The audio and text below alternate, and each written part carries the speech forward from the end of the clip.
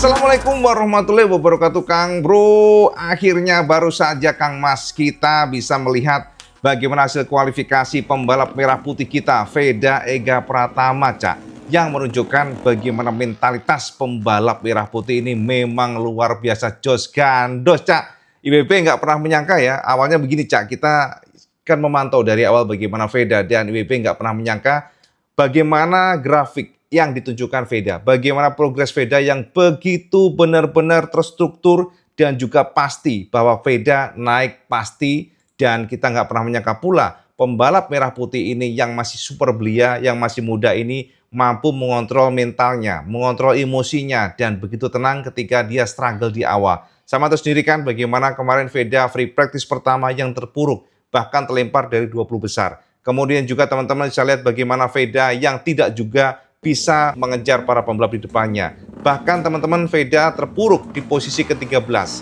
Dan itu pun membuat Veda akhirnya harus berjuang mulai dari Q1.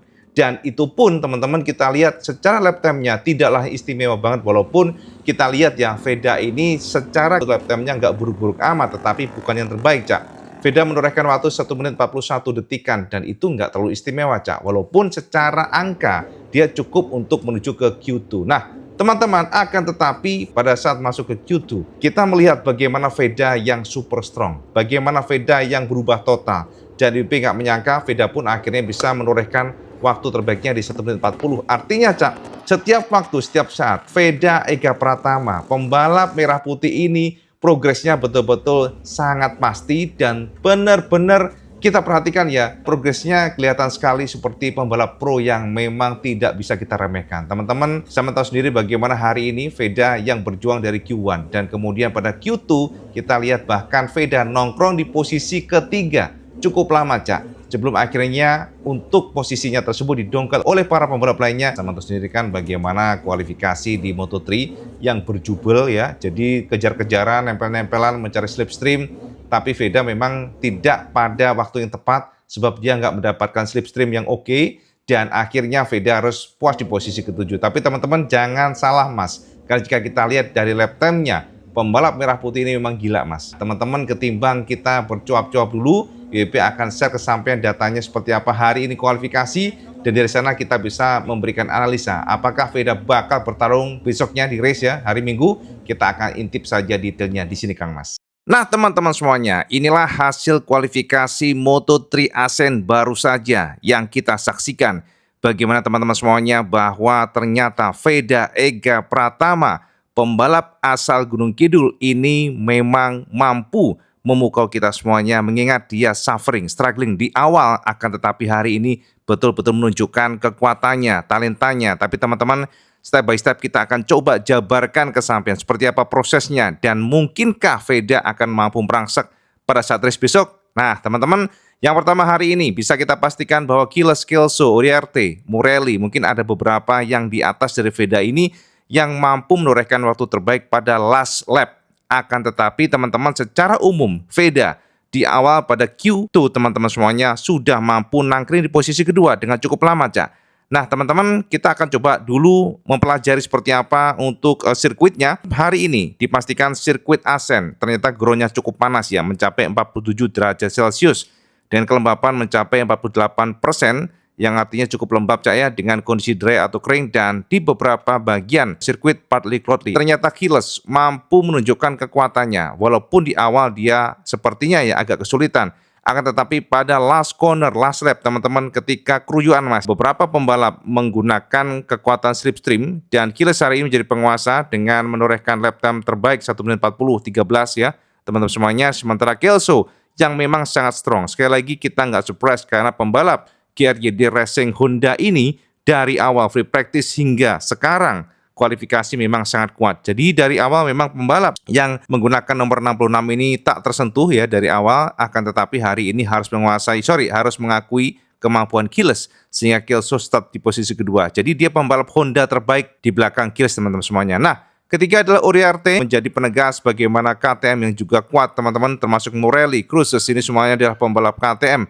Sementara Almanza juga demikian. Jadi kalau kita lihat dari 1 hingga ke-7 Cak, memang yang menjadi pembalap Honda representatif adalah Kelso dan juga Veda Ega Pratama. teman-teman semuanya, kita tidak pernah menyangka, IWB sendiri nggak pernah menyangka Veda bisa menjadi penguasa ketujuh di kualifikasi. Ketika kita lihat bagaimana dia struggle dan dia harus berjuang pada Q1, ternyata pembalap ini mentalnya luar biasa, Mas. Jadi memang teman-teman yang paling susah atau paling berat untuk mempertahankan pace adalah mentalitas. Ketika mental down, ketika dia merasa kesulitan dan tidak mampu atau tidak tenang, teman-teman, maka biasanya pembalap akan berantakan. Tapi Veda tidak, Mas. Pembalap yang berusia masih sangat belia ini mampu menunjukkan kekuatan mentalitasnya. Sehingga hari ini, Cak, Veda yang sempat nangkring di posisi ketiga cukup lama dan akhirnya harus puas pada posisi ketujuh start pada saat pada last lap, yang maksudnya tidak mampu improve. Dan it's okay teman-teman, karena Veda ini jika dari pengalaman kita, Cak, dia adalah pembalap yang tenang, dia pembalap yang mampu start dengan baik, dan sama harus tahu bahwa Veda sangat kuat pada sektor 1. Kita akan tunjukkan nanti buat sampean. Nah, teman-teman, kemudian ke-8 Carpe, Pini, dan penegas bahwa bahkan sekelas Leopard Racing pun pace-nya atau kecepatan time attack-nya masih kalah dibandingkan dengan Veda. Jadi teman-teman, Pini dan juga Fernandes menjadi pembalap yang start di posisi ke-9-10. Jadi bukti bahwa persaingan hari ini memang sangat kuat ya. Teman-teman, selain dari sana ternyata kita juga melihat bagaimana sufferingnya Hakim Danis. Pembalap Malaysia ini ternyata di asen sedikit kesulitan dan masih kencang Veda pada saat kita komparasikan secara lap time-nya dan juga kekuatan sektor per sektor. Nah, teman-teman, dari sini mari kita intip bagaimana dengan analisisnya. Nah, ini Cak ya. Jadi informasi buat sampean, Cak, bahwa hari ini rata-rata pembalap memang menorehkan best lap-nya di akhir atau pada last lap.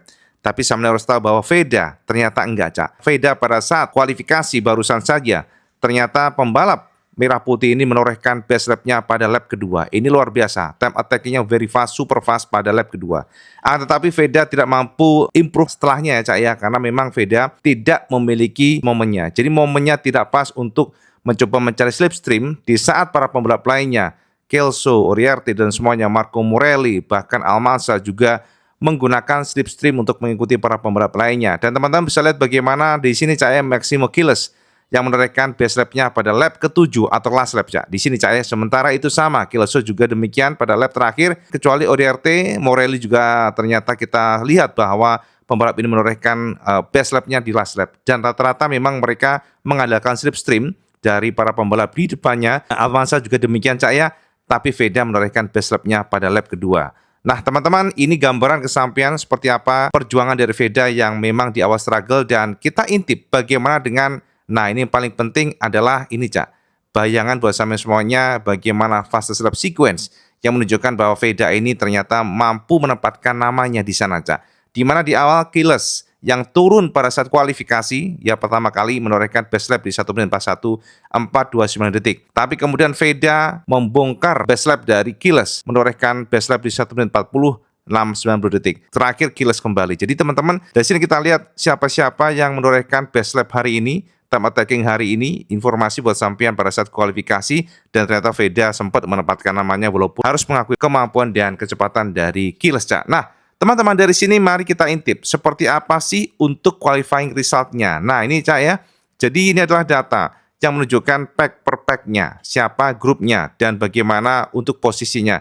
Jadi teman-teman, di sini bisa kita lihat untuk pack pertama, Gilles, Kelso, Uriarte akan masuk pada grup pertama. Sementara kedua adalah Morelli, Cruises, dan juga Almanza, Cak. Dan ketujuh, nah Veda ketujuh ini berarti dia pada grup ketiga, Cak. Dan jika kita perhatikan, Veda menjadi pembalap Honda tercepat di sini di belakang Kelso. Bahkan dengan Jen Mitani, kesulitan juga di sini, Cak. Mitani harus start di posisi 20. Kembali lagi, kita harus berikan pengakuan kepada kekuatan Veda atau kemampuan Veda bahwa memang Veda make difference dengan motor yang sama, the same bike, the same team. Veda mampu menunjukkan kekuatannya, Cak. Jika kita perhatikan dari mapping ini, Mas, maka sampai akan lihat bahwa sebenarnya KTM juga improve-nya banyak. Secara tradisionalnya, secara kalkulasi teknis, IWB sudah share kesampaian seharusnya Honda strong di sini.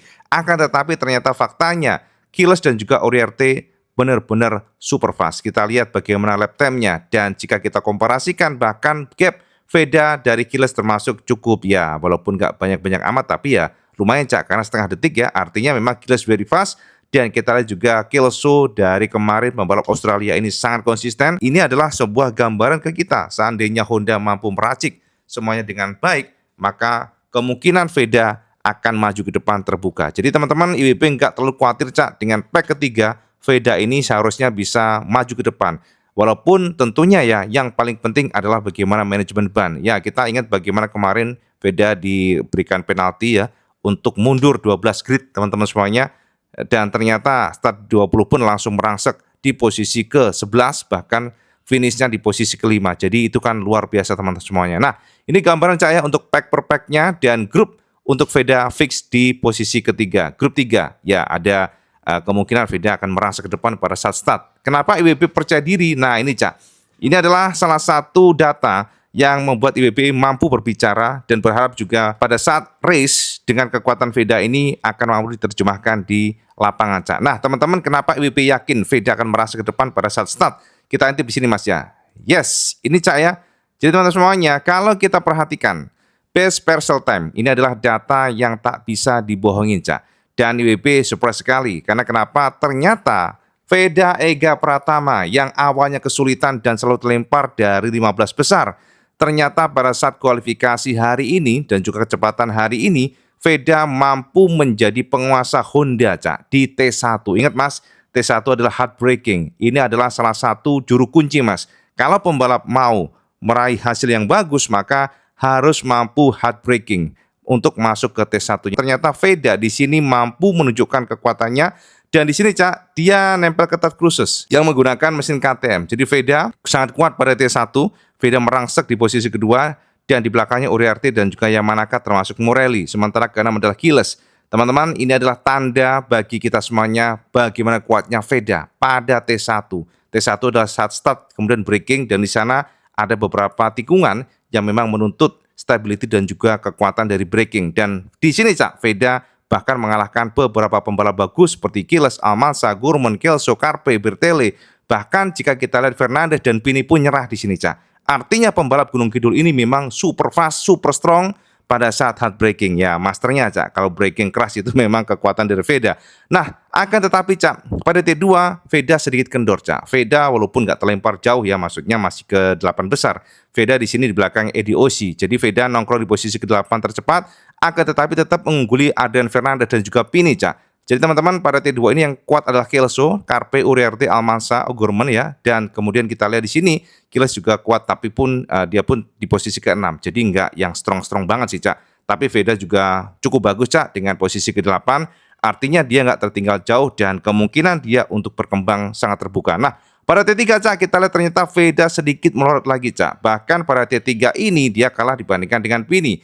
Veda nongkrong di posisi tercepat ke-9 dan di belakang Pini teman-teman semuanya, dan ternyata di sini yang menguasai adalah Morelli, Gilles dan Kelso ketiga.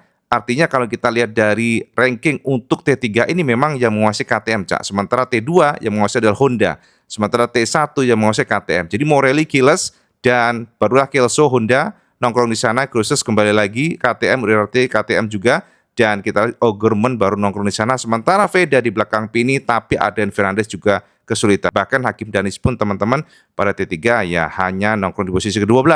Artinya secara umum oke lah ya Cak dengan posisi 9. Nah pada T4 ternyata juga sama Mas ya, semakin melorot dan melorot. T4 ini Veda agak kesulitan dengan kondisi sikin. Pada saat masuk straight, pembalap harus menaklukkan semua sikin, dan itu cukup menuntut dari sisi stability motor dan juga settingan, setup. Kita lihat di sini Veda agak struggle. Teman-teman, di sini yang menguasai adalah Gilles, kemudian Kelso ya, jadi pembalap dari KTM, Honda baru, Morelli KTM lagi, Bertele KTM, Uriarte dan juga Pini baru nongkrong di sana. Dan ternyata siapa menyangka bahwa para Leopard ya, jadi Leopard Racing Team ini para pembalapnya sangat kuat di sini Cak. Pini termasuk juga kencang dengan posisi 6 terbaik dan ke-7 Fernandez, sementara Veda Eka Pratama nongkrong di posisi 12. Jadi teman-teman, kalau nantinya Veda ingin kuat dan Veda mampu untuk merangsek ke depan, maka Honda Asia harus mencoba untuk memberikan settingan yang pas pada T3 dan T4. Ini cukup lemah, T2 cukup oke, T1 very strong. Jadi kita nggak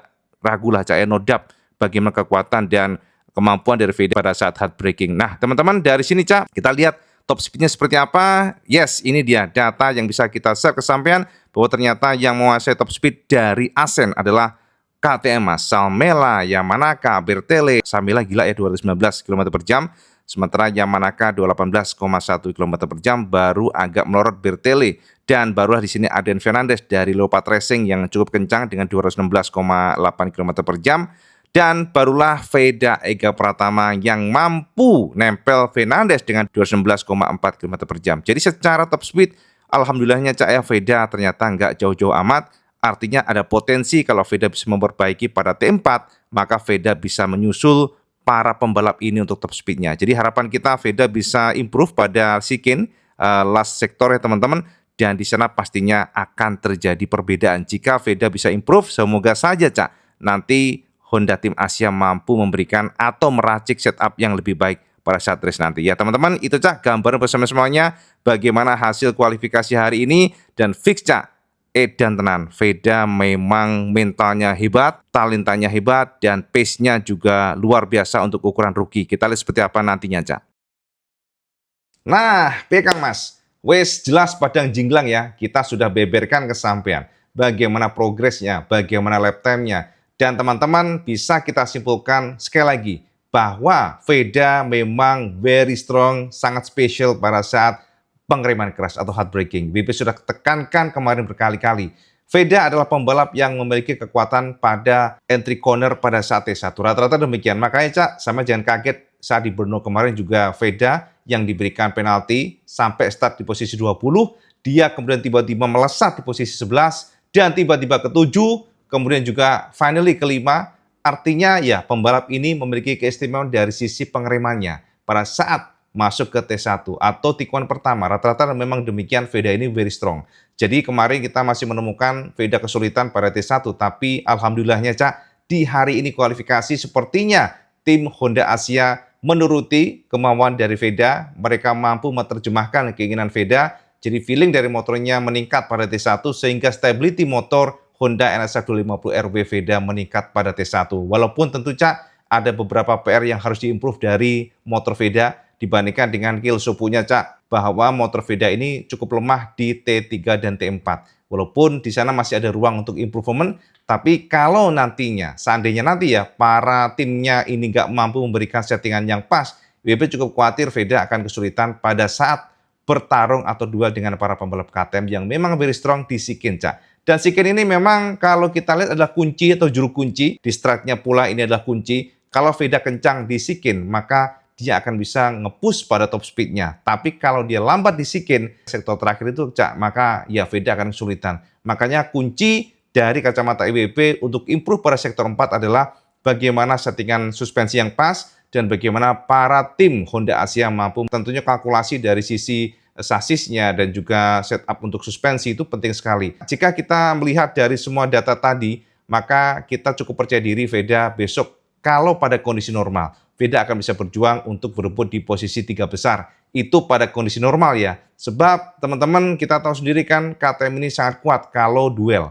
KTM ini memiliki akselerasi yang very strong. Jadi memang dari beberapa informasi kita dapatkan, grip atau traksi ban dari KTM itu pada saat keluar tikungan mereka memang spesial. Itu informasinya, walaupun Honda memiliki power atau kekuatan dari sisi fast corner atau kecepatan di tikungan yang meliuk-liuk ya. Fast corner kan berarti flowing begitu Cak. Itu memang kekuatan dan juga makanan Honda. Tapi ketika ada titik braking yang mengharuskan motor akhirnya downshift atau mengurangi RPM, kemudian keluar tikungan, itu rata-rata KTM sangat kuat. Jadi teman-teman kunci besok adalah harus benar-benar menjaga bannya, mengingat untuk kombinasi tikungannya tidak balance ya, sama terus sendiri kan sangat banyak ke kanannya Cak dengan total 18 tikungan, dan tikungan ke kanan ini akan menguras ban sebelah kanan, dan itu kalau pembalap tidak mampu memanage bannya maka akan terbuka sekali dia atau mereka bakal kehilangan atau kehabisan bannya Cak. Dan kalau sudah bannya habis Mas ya, traksinya nggak ada, goyang dompet, spin all the time pada saat keluar tikungan,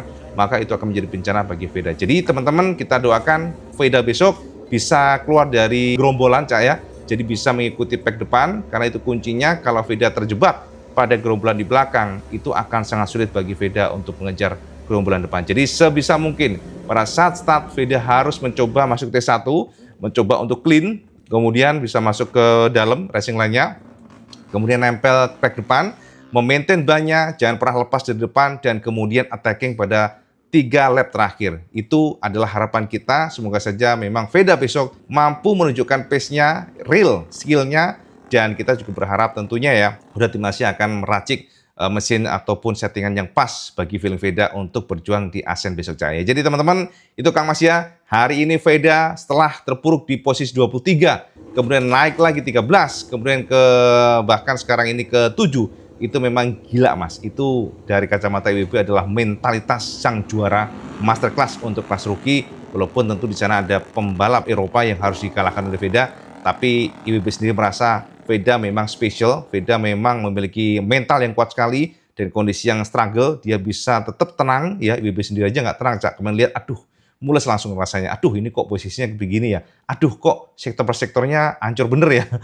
Tapi ternyata Veda bisa coming back, Veda bangkit, dan hari ini menunjukkan kelas Veda yang tidak bisa kita remehkan. Ya teman-teman, itu Cak, update IWB tentang hari ini. Bagaimana sepak terjang Veda untuk berebut kualifikasi dan fix teman-teman. Veda akan start di posisi 7 besok. Dan semoga saja Veda langsung melesat besok. Harapannya demikian. Mari kita berdoa bareng-bareng. Dan saman komen di bawah, kira-kira saman pede nggak Veda bisa mampu berjuang at least pada 5 besar. Ya syukur-syukur masuk podium. Semoga saja demikian. Saman komen di bawah. Dan seperti biasa lah, semoga suka video ini, semua like, share, dan subscribe. Ojo lali Kang Mas. Saman sholat 5 waktu. Karena itu yang penting. Assalamualaikum warahmatullahi wabarakatuh. Selamat sekalian.